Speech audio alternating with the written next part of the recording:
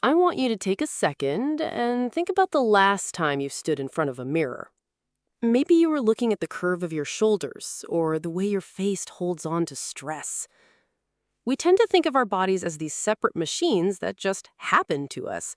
We blame our genetics, our gyms, or the food we ate for dinner last night. But have you ever noticed how some people seem to carry their entire personality on their frame? I remember looking at a friend of mine who was naturally high-strung, always moving, always on. He could eat anything and never gain a pound, but he looked perpetually exhausted. His body wasn't just a collection of cells, it was a physical map of his internal chaos. It made me realize that our metabolism isn't just a chemical process in the gut, it's a reflection of how we perceive the world around us. Your temperament isn't just who you are, it's the architect of your physical health. And if you don't understand the blueprint, you'll never be able to change the building. To understand how your personality shapes your body, we have to look at the big five personality traits. In psychology, we use the acronym OCEAN to describe the five main dimensions of human temperament. Specifically, two of these traits, neuroticism and conscientiousness, are the biggest predictors of your metabolic health. Neuroticism is your sensitivity to negative emotion. It's your internal smoke detector. If your smoke detector is set to a high sensitivity, your body is constantly preparing for a fire that isn't there. This triggers a frequent release of cortisol, which tells your body to store fat around your vital organs for survival. On the other hand, conscientiousness is your level of impulse control and orderliness. Research shows that people high in this trait have a forward-thinking metabolism. They don't just make better food choices, their bodies actually regulate glucose more efficiently. This isn't just about willpower, it's about how your brain's hardware is wired to process energy.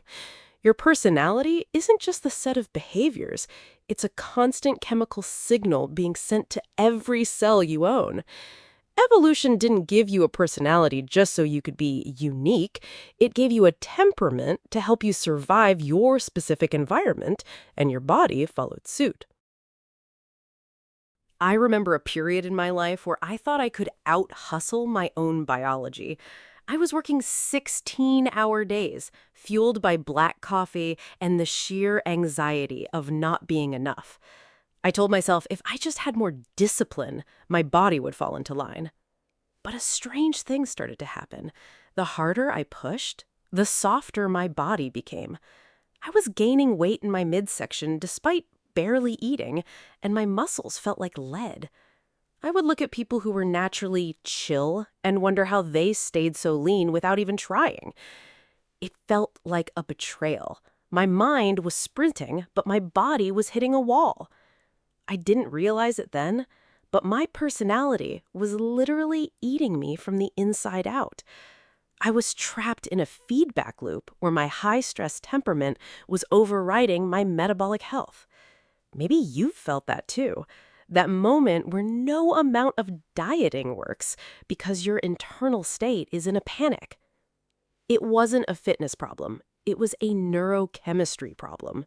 When we talk about the stress of a personality, we are really talking about the HPA axis. This is the hypothalamic pituitary adrenal axis, the command center for your body's stress response.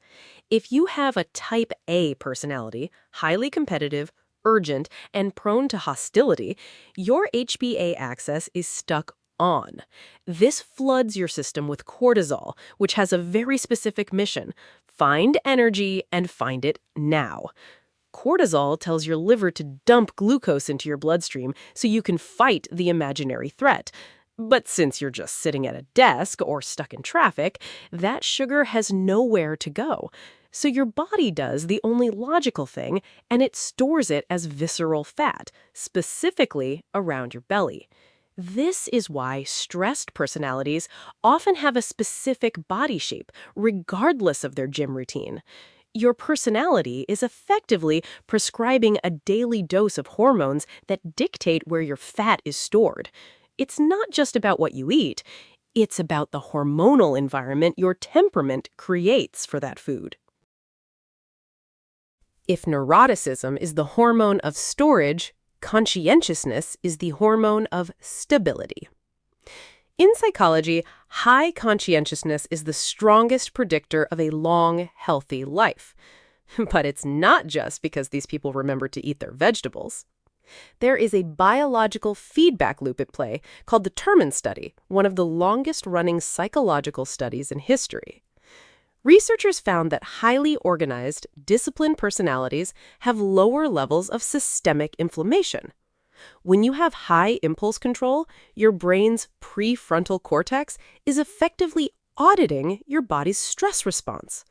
Instead of your blood sugar spiking and crashing based on your mood, a conscientious temperament keeps it level. This creates a metabolic environment that is highly efficient at fat oxidation, the ability to burn stored energy. People with this temperament aren't just lucky. Their internal chemistry is less volatile. They don't suffer from the same decision fatigue that leads to late-night cortisol-driven snacking. Your ability to plan and follow through actually changes the way your cells process nutrients. It's the difference between a high-performance engine that is regularly maintained and one that is constantly redlining.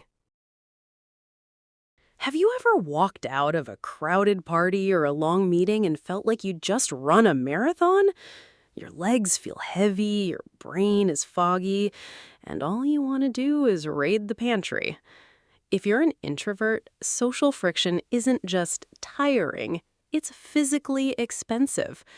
I remember forcing myself to be the extrovert at a networking event for 3 hours. By the time I got home, I wasn't just mentally drained, I was physically shaking with hunger. My body had interpreted that social anxiety as a physical threat, burning through my glucose stores. We often ignore these invisible caloric costs of our personality. If your temperament is at odds with your environment, you are constantly leaking energy.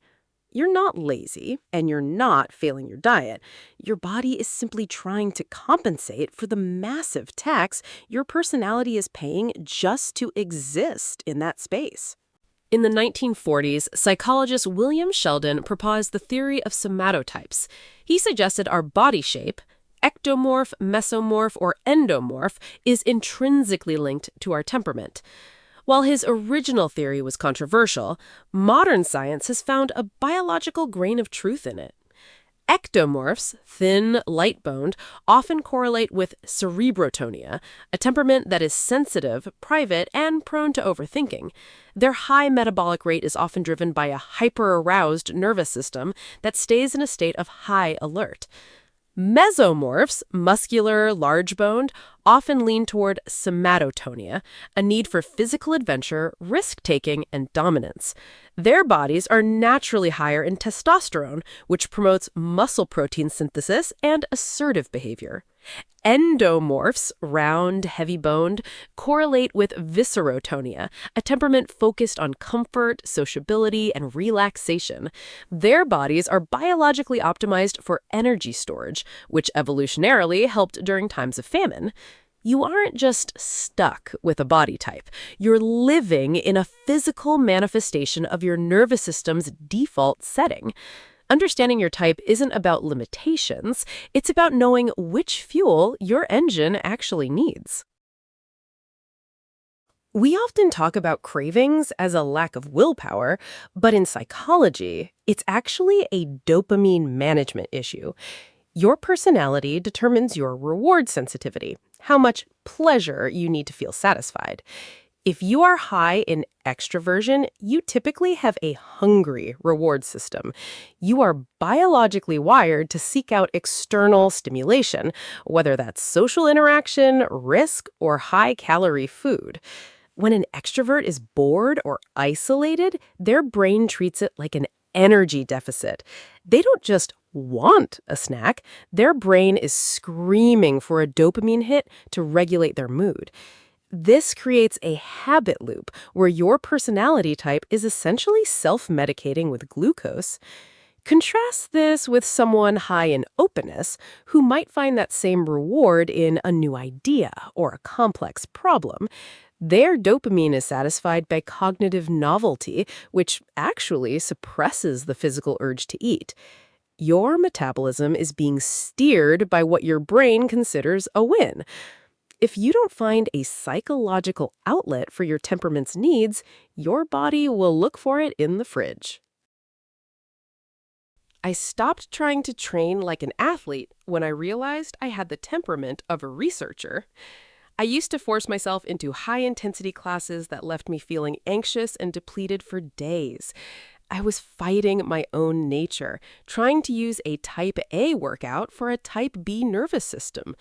The moment I switched to long, solitary walks and slow resistance training, everything shifted.